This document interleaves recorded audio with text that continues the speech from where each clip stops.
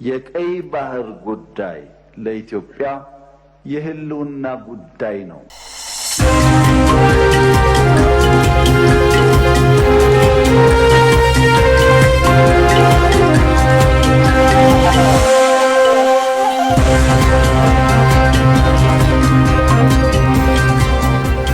ዶናልድ ትራምፕ ምንም ጥፋትና ሞት እንዳይኖር ከኢራን ጋር ስምምነት ለማድረግ እየሞከረ ነው አሉ።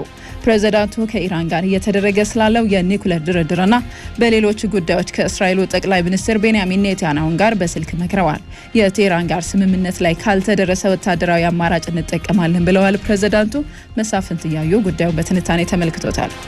አሜሪካና ኢራን በኢራን የኒውክሌር ፕሮግራም ላይ ከስምምነት ለመድረስ በኦማንና ጣሊያን ከ5 ዙር በላይ ውይይቶችን አድርገዋል። በእስካሁኖቹ ውይይቶችም ሀገራቱን ወደ ስምምነት ሊያመጣ የሚችል ነገር አልተገኘም። ምክንያቱም ዋሽንግተን ቴህራን ከስምምነቱ በኋላ ዩራኒየም እንድታበለጽግ አልፈቅድም ትላለች። ይህ ደግሞ በኢራን በኩል ተቀባይነት የለውም። ያም ሆኖ ግን ሀገራቱ አድካሚ የተባሉ ውይይቶችን ማድረጋቸውን ቀጥለዋል። በአንድ በኩል የዋሽንግተን የመካከለኛው ምስራቅ አጋር የሆነችው እስራኤል ቴህራን ተገዳም ቢሆን ከዋሽንግተን ጋር የኒውክሌር ስምምነት ላይ እንድትደርስ ከፍተኛ ፍላጎት አላት። ይህ ካልሆነ ደግሞ ዋሽንግተን ቴህራንን በማዕቀብ እንድታሽመደምድላት ትፈልጋለች። የአሜሪካና ኢራን የኒውክሌር ውይይትን በቅርበት እየተከታተሉት የሚገኙት የእስራኤል ጠቅላይ ሚኒስትር ቤንያሚን ኔታንያሁ በሂደቱ ዙሪያ ከአሜሪካው ፕሬዝዳንት ዶናልድ ትራምፕ ጋር በስልክ ተወያይተዋል። ሁለቱ መሪዎች በዋሽንግተንና ቴህራን የኒውክሌር ንግግርና በሌሎች ቀጠናዊ ጉዳዮች ላይ 40 ደቂቃ የፈጀ ውይይት አድርገዋልም ተብሏል። ዋሽንግተን ለቴህራን ምክንያታዊ የሆነ ሀሳብ ማቅረቧንና ምላሹንም እየጠበቀች መሆኗን ነው ፕሬዝዳንት ትራምፕ የተናገሩት። በሳምንቱ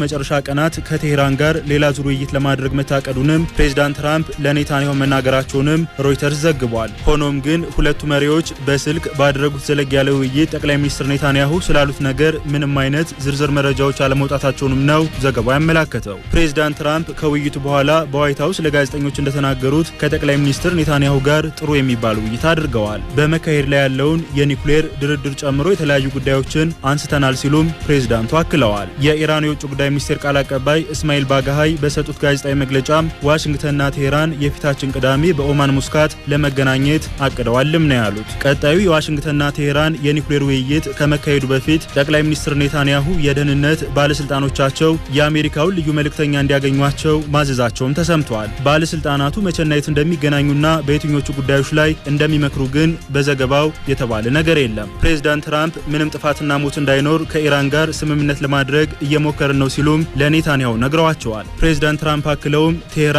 ጠንካራ ተደራዳሪ ነች ሲሉ ኮንነዋታል። ጋዜጠኞችም ዋሽንግተንና ቴህራን ስምምነት ላይ እንዳይደርሱ የሚከለክሏቸው ነገር ምንድነው ሲሉ ፕሬዝዳንት ትራምፕን ጠይቀዋቸዋል። ፕሬዝዳንቱም ቴህራን ዩራኒየምን የማበልጸግ ያላት ቁርጠኝነት ነው ሲሉ ምላሻቸውን ሰጥተዋል። አያቶላዎቹ በዚህ ድርጊታቸው የሚቀጥሉ ከሆነና ስምምነት ላይ ካልደረስን ወታደራዊ አማራጭን ልንጠቀም እንችላለን ሲሉ አስጠንቅቀዋል። ፕሬዝዳንት ትራምፕ ከቴህራን ጋር እየተደረገ የሚገኘው የኒውክሌር ውይይት እንዳልተሳካ ካላሳወቁ በቀር እስራኤል የቴህራን የኒውክሌር መርሃ ግብሮች ላይ ጥቃት ላለመፈጸም ለዋሽንግተን አረጋግጣለች ሲሉም ስማቸው እንዲጠቀስ ያልፈለጉ የእስራኤል ባለስልጣናት ተናግረዋል። ባለፈው ወርም ቢሆን የአሜሪካው ፕሬዝዳንት ዶናልድ ትራምፕ ከኔታንያሁ ጋር ባደረጉት የስልክ ውይይት ከቴህራን ጋር እያደረግን የምንገኘው የኒውክሌር ውይይት አናዳጅ ቢሆንም እንኳን እስራኤል ቴህራን ላይ ጥቃት እንዳትፈጽም ፕሬዝዳንት ትራምፕ ለኔታንያሁ ነግረዋቸው እንደነበርም ነው ዘገባዎች ያስታወሱ። በሌላ በኩል የቀድሞ እስራኤል ጠቅላይ ሚኒስትር ኢሁድ ኦልመርት ፕሬዝዳንት ትራምፕ ኔታንያሁን በቃ ሊሏቸው ይገባል ሲሉ ተናግረዋል። በጋዛ እየተካሄደ ያለውን ጦርነት ያወገዙት የቀድሞ ጠቅላይ ሚኒስትር በእስራኤል መንግስት ላይ ተጽዕኖ መፍጠር የምትችለውና ተሰሚነት ያላት አሜሪካ ብቻ ነች ማለታቸውንም አልአረቢያን ኒውስ አስነብበዋል። በመሆኑም ፕሬዝዳንት ትራምፕ ከሌሎች ኃይሎች ይልቅ ለውጥ ማምጣት ስለሚችሉ ኔታንያሁን በቃ ሊሏቸው ይገባል ሲሉም ነው ያሳሰቡት። ትራምፕ ደግሞ ይህንን ያደርገዋል ተስፋ አለኝ፣ ስለዚህ እሳቸውን መደገፍ አለብን ሲሉም ተደምጠዋል። የእስራኤል ፖለቲከኞች ግን ኔታንያሁ በጋዛ ያለውን ጦርነት ካቆሙ መንግስት እንደሚፈርስና ፓርቲያቸውን በምርጫው እንደሚሸነፍ በማስጠንቀቅ ላይ ይገኛሉ። ቀጥለናል። የተከበራችሁ አድማጮቻችን ወደ ዓለም አቀፍ ጉዳያችን ስናልፍ ወረቀት የሌላቸው ስደተኞች ከሀገር ይውጡ በሚለው የዶናልድ ትራምፕ ትዕዛዝ ምክንያት በሎስ አንጀለስ የተቀሰቀሰው ተቃውሞ በአውዳሚ መልኩ አሁንም መቀጠሉ ተገልጿል። ዶናልድ ትራምፕ የሀገሪቱ ወታደሮችን ቦታው ላይ ማሰማራታቸው እንደተገለጸና ይህም ከህግ ውጭ ነው የሚል ትችት እንደቀረበበትም ተሰምቷል። ዴሞክራቶች አመጹን ራሱ የዶናልድ ትራምፕ አስተዳደር የፈጠረው ብጥብጥ ነው እያሉትም ይገኛሉ። የዛሬው ዓለም አቀፍ ትኩረታችንም እዚህ ላይ ይሆናል። ገነነ ብርሃኑ እንደሚከተለው ያቀርበዋል። Some breaking news overnight. Protests erupted in the streets of Los Angeles after immigration officials conducted several raids and arrested dozens of people on Friday. NBC's Steve Patterson is in LA with more on this. Steve, good morning. ያለፉትን ቀናት አሜሪካ አፍሪካን መስላለች። ዱላ፣ አስለቃሽ ጭስና ሌሎችም ነገሮች ተቃዋሚዎችን ለመበተን ጥቅም ላይ ውለዋል። በሎስ አንጀለስ የአሜሪካ ብሔራዊ ጥበቃ ጦር ስራ በዝቶበት አሳልፏል። ሆኖም አሁንም ሁኔታዎች ላይ ከመቀዛቀዝ ይልቅ ነውጡ ተባብሶ ስለመቀጠሉ ዓለም አቀፍ የመገናኛ ብዙሃን ዘግበዋል። በሺዎች የሚቆጠሩ የሎስ አንጀለስ ተቃዋሚዎች መንገዶችን በመዝጋትና በራሳቸው የሚሽከረከሩ መኪኖችን በማቃጠል በዶናልድ ትራምፕ ወረቀት የሌላቸው ከሀገር ይውጡ ውሳኔ ላይ ቁጣቸውን ገልጸዋል። በብዛት የተሰማሩት የሀገሪቱ የጸጥታ ኃይሎች ተቃዋሚዎችን ለመበተን አስለቃሽ ጭስ፣ የጎማ ጥይቶችና ሌሎችም አይነት መሳሪያዎችን ተጠቅመዋል። የተወሰኑ ተቃዋሚዎች ሲበተኑ፣ የተወሰኑት ደግሞ በአቅራቢያ የሚገኝን የህዝብ ፓርክ ወንበሮችን እንደ መከላከያ በመጠቀም ቁሳቁሶችን ወደ ፖሊሶች ሲወረውሩ ተስተውለዋል። ከመደበኛ የጸጥታ አስከባሪዎች ውጪ ወደ 300 የሚጠጉ የአሜሪካ ብሔራዊ ወታደሮች ተቃዋሚዎችን ለመበተን በስፍራው ላይ መገኘታቸው ተገልጿል። በተለይም ባለፈው እሁድ 4 ሚሊዮን ዜጎች የሚኖሩባት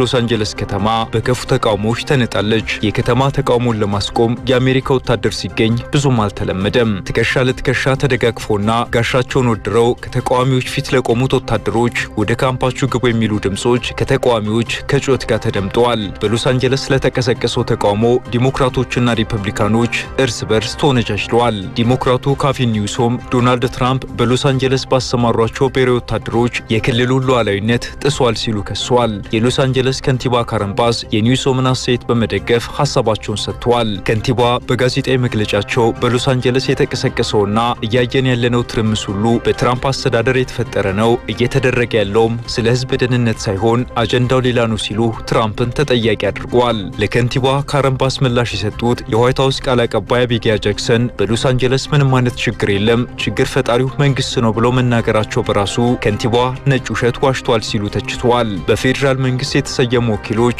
በሎስ አንጀለስ የተለያዩ አካባቢዎች ላይ ወረቀት የሌላቸው ስደተኞችን ማደንና መያዝ ጀመሩ። ወኪሎቹ እንቅስቃሴያቸውን እያሰፉ የሚይዟቸው ስደተኞችም ቁጥር እየጨመረ ሲሄድ የከተማዋ ስደተኛ አንድ ባንድ ተይዞ ከመጠረዙ በፊት ባንድ ተገልብጦ ለተቃውሞ ወጣ። ከተማዋም ባንድ እግሯ ቆመች። በኋላ ላይ መግለጫ የሰጡት የፌዴራል ባለስልጣናት ምንም አይነት ስደተኞችን የመያዝ እንቅስቃሴ እንዳልነበር አስተባብለዋል።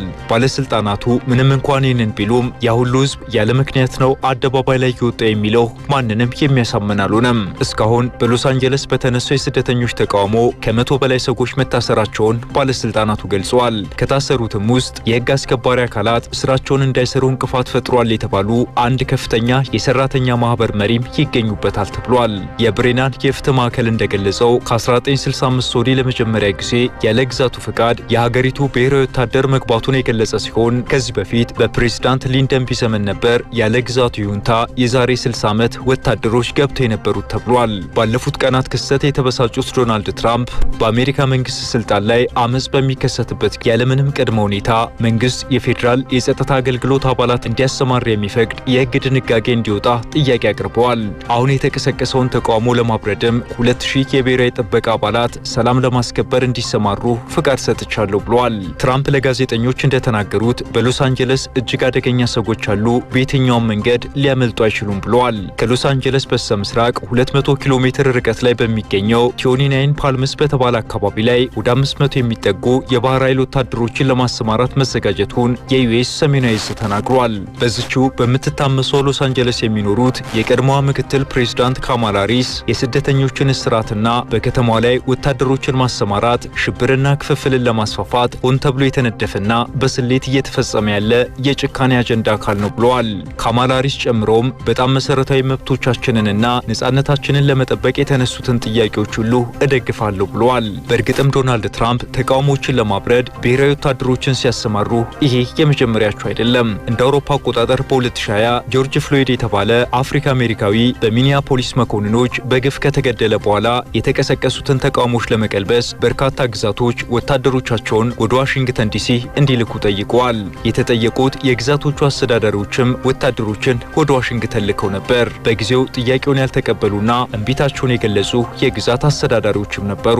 ዶናልድ ትራምፕ በሎስ አንጀለስ የጸጥታ አካላት ላይ እምነት እንደሌላቸው ያንጸባረቁ ሲሆን የሚስተዋለውን ህገወጥነት ለመፍታት በከተማዋ ላይ ያለ ማንኛውም ኃይል በፌዴራል መንግስት ስር ማድረግ አስፈላጊ እንደሆነ ገልጸዋል። ይህ አባባላቸውም መከፋፈልን የሚፈጥር ተብሎ ከዲሞክራቶች በኩል ተቃውሞ ገጥሞታል። በአሜሪካ ህግ ፕሬዝዳንቱ መቼና እንዴት በግዛቶች ላይ ብሔራዊ ወታደሮችን ለጸጥታ ማሰማራት እንደሚችል በግልጽ ቅድመ ሁኔታዎች ተቀምጠዋል። በዚህ መሰረት የፌዴራል ወታደራዊ ኃይሎች ከአደጋ ጊዜ በስተቀር በሲቪሎች በሚፈጠሩ የጸጥታ ችግሮች ላይ ህግ ለማስከበር መሰማራት እንደማይችሉ የተቀመጠው ህግ ይከለክላል። እናም ዶናልድ ትራምፕ በ18ኛው ክፍለ ዘመን የነበሩ ፕሬዝዳንቶች ለማንኛውም የሲቪል ግርግሮች ወታደሮችን ያሰማሩበት የነበረውን ጊዜ እንደገና ለማምጣት እየሞከሩ ነው ተብለው በዲሞክራቶች ተነቅፈዋል። ዓለም አቀፍ ጉዳዩን ስናዘጋጅ አሶሺየትድ ፕሬስ፣ አልጀዚራና ዩኤስ ቱዴይን በምንጭነት ተጠቅመናል።